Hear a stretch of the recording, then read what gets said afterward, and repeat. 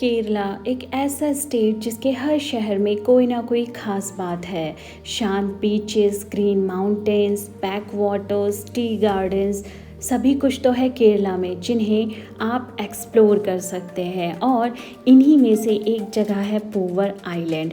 ये जो आइलैंड है ये फेमस है अपनी natural beauty, serene backwaters, golden sand beaches और अपने मैंग्रोव फॉरेस्ट के लिए।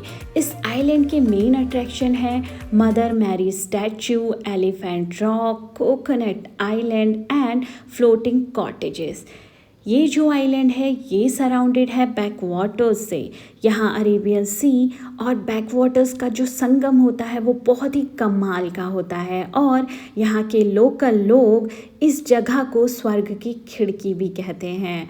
तो मेरे व्लॉग में आप सभी का मैं स्वागत कर रही हूँ स्वर्ग की खिड़की कहे जाने वाले पूवर आइलैंड से। तो फाइनली हम आ चुके हैं बोटिंग पॉइंट पर, और बोट पर आपको जितने भी प्लेसेस के नेम दिखाई दे रहे हैं आज हम इन्हें एक्सप्लोर करेंगे।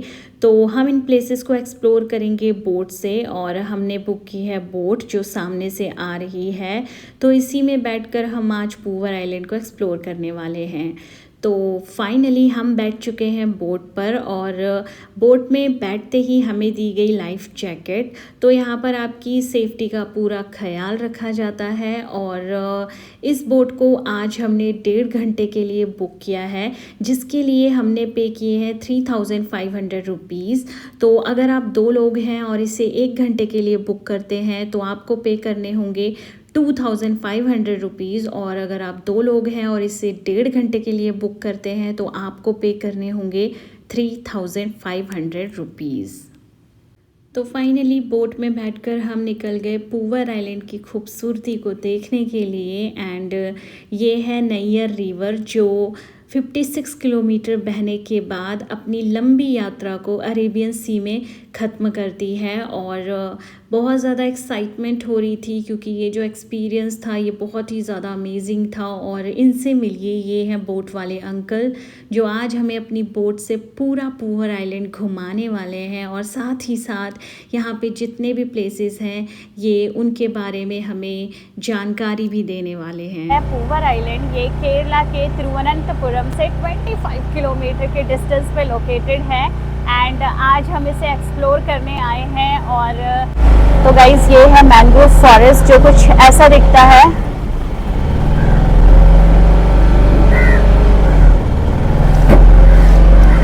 तो पूवर आइलैंड की खूबसूरती को मैंग्रोव फॉरेस्ट और भी बढ़ा देते हैं। तो क्या आपको पता है कि जो मैंग्रोव फॉरेस्ट है ये अपना बहुत ही इम्पॉर्टेंट रोल प्ले करते हैं, और ये उन एरियाज़ में पाए जाते हैं जहाँ ज़मीन में ऑक्सीजन की जो मात्रा है बहुत कम होती है। और ये इक्वेटर के पास ट्रॉपिकल और सब ट्रॉपिकल एरियाज़ में पाए जाते हैं। एंड ये उन एरियाज़ में नहीं उग सकते हैं जहाँ ज़्यादा ठंड होती है या फिर बर्फ़ गिरती है, और इनकी जो जड़ें होती हैं वो पानी में होती हैं। तो ये जो मैंग्रोव ट्रीज़ है ये कोस्टल एरियाज़ में रहने वाले लोगों को बाढ़ और बहुत सारी नेचुरल डिज़ास्टर से बचाते हैं। एंड सबसे ज़्यादा जो मैंग्रोव फॉरेस्ट है इंडिया में वो वेस्ट बंगाल में पाए जाते हैं, जिन्हें हम सुंदरवन के नाम से जानते हैं। और यहाँ के जो मैंग्रोव फॉरेस्ट है, यहाँ पे जो ट्रीज़ हैं उनमें आपको कुछ फ्रूट्स दिखाई देंगे जो बिल्कुल मैंगो की तरह लगते हैं, और आपको इन्हें खाना नहीं है क्योंकि ये पॉइज़न वाले फ्रूट हैं। एंड सामने से ये एक बोट आ रही है जिसमें बहुत सारे फॉरेनर्स हैं जो पूवर आइलैंड को एक्सप्लोर करने के लिए आए हुए हैं। तो ये जो एक्सपीरियंस है बहुत ही ज़्यादा अमेजिंग है क्योंकि फ़र्स्ट टाइम मैंने मैंग्रोव फॉरेस्ट देखे जो बहुत ही ज़्यादा खूबसूरत हैं। और पूवर आइलैंड में आपको फ्लोरा और फौना दोनों ही देखने को मिलेंगे। तो अगर आपको ज़्यादा गर्मी लगे और प्यास लगे तो सामने जो बोट है आप यहाँ से कोकोनट वाटर ख़रीद के पी सकते हैं। तो जो ये पूवर आइलैंड है ये बहुत ही ज़्यादा खूबसूरत है। तो पूवर आइलैंड आने का जो सबसे अच्छा समय है वो अक्टूबर से फरवरी है, क्योंकि इस टाइम पे यहाँ का जो वेदर है वो काफ़ी ज़्यादा अच्छा रहता है। और आप यहाँ बाय ट्रेन, बाय फ्लाइट और बाय बस तीनों से आ सकते हैं, मगर इसके लिए आपको त्रिवेंद्रम आना होगा पहले, क्योंकि यहाँ का जो नियरेस्ट रेलवे स्टेशन है वो त्रिवेंद्रम रेलवे स्टेशन है और जो नियरेस्ट एयरपोर्ट है वो भी त्रिवेंद्रम इंटरनेशनल एयरपोर्ट है। तो पहले आपको त्रिवेंद्रम आना होगा और वहाँ से आप कोई भी कैब या ऑटो बुक करके ईज़िली पूवर आइलैंड तक आ सकते हैं। तो अब मैं आपको बताऊंगी कि पूवर का नाम पूवर कैसे पड़ा। तो त्रावणकोर के जो राजा थे, राजा मार्तंड वर्मा, उन्होंने ही इस जगह को पूवर नाम दिया था और पहले के टाइम में पूवर को पोक्कू मूसापुरम के नाम से जाना जाता था। और त्रावणकोर के राजा मार्तंड वर्मा त्रावणकोर में चल रहे आंतरिक दंगों से बचकर इस जगह पर आए थे और उन्होंने अपना काफ़ी टाइम यहाँ स्पेंड किया था। स्प्रिंग सीज़न का टाइम था और जो नैयर रिवर के किनारे पर पेड़ लगे हुए थे उनमें से लाल कलर के जो फूल थे वो नदी में गिर रहे थे, जिसकी वजह से नदी और भी ज़्यादा सुंदर लग रही थी। और राजा मार्तंड वर्मा इसकी सुंदरता से इतना ज़्यादा प्रभावित हुए कि उन्होंने इसे पुआर यानी कि फूलों की एक धारा कह दिया और इस जगह का जो नाम है वो पूवर पड़ गया।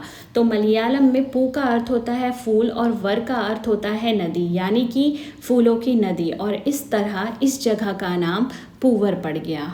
तो इस जगह पर आपको बहुत सारे सांप भी देखने को मिल सकते हैं। अभी जस्ट थोड़ी देर पहले मैंने यहाँ पे पानी में एक सांप देखा।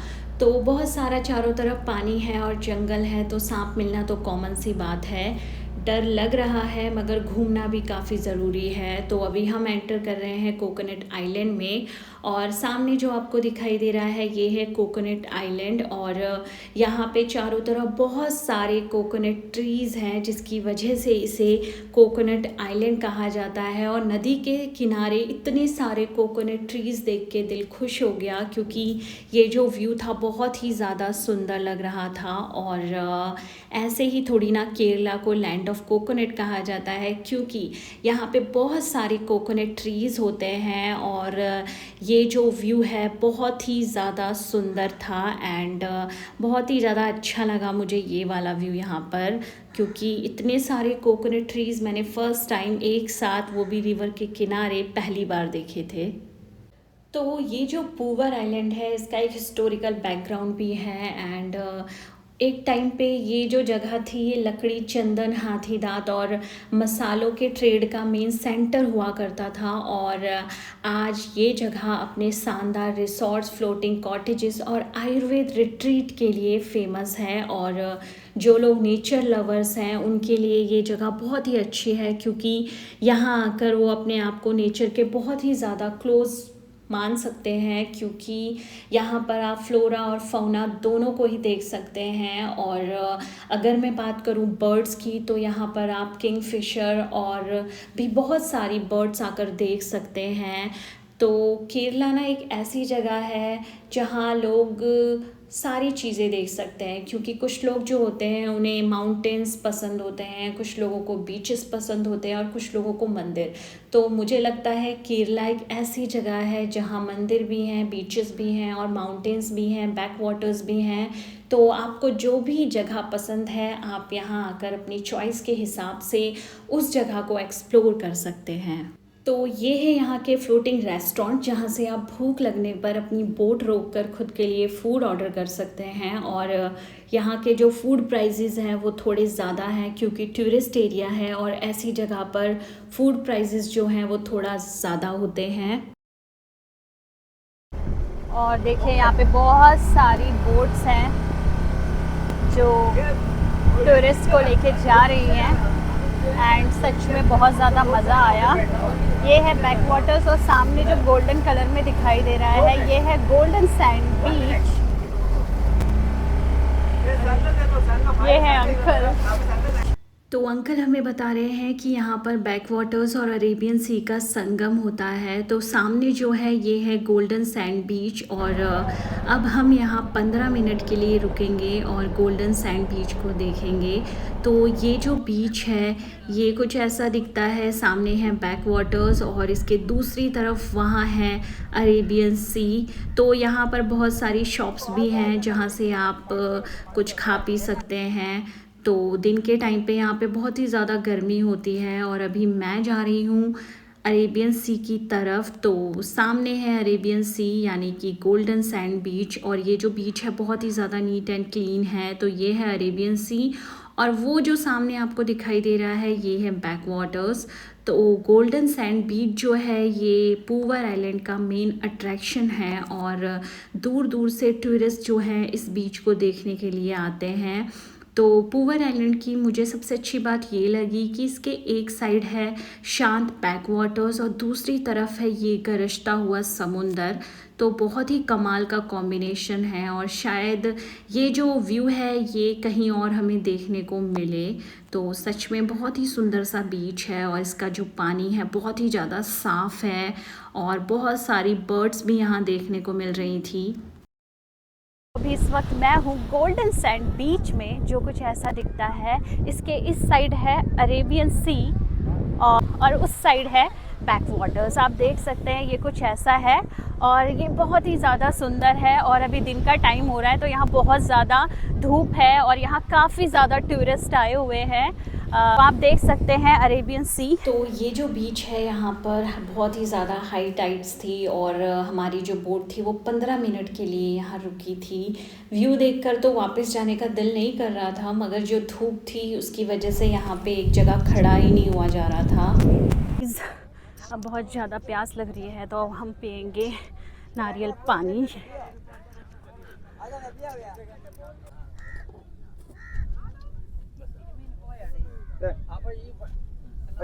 तो गाइस अभी मैं पी रही हूँ कोकोनट वाटर, जो कि बहुत ज़्यादा गर्मी है और प्यास लगी है, और यहाँ पे यही पिया जा सकता है।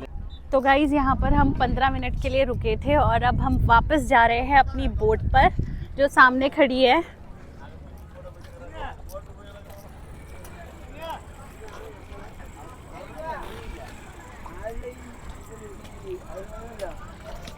ये वाली थी ना? ओहो।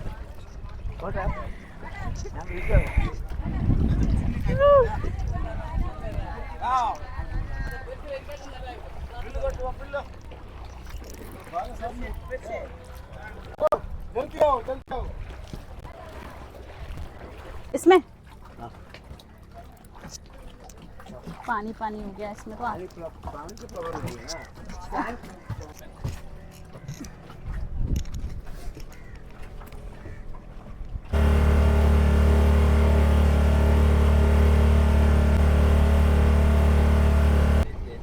यस, आप देख सकते हैं गाइज इसका जो शेप है ये बिल्कुल एलिफेंट की तरह है, इसलिए इसे एलिफेंट रॉक कहा जाता है।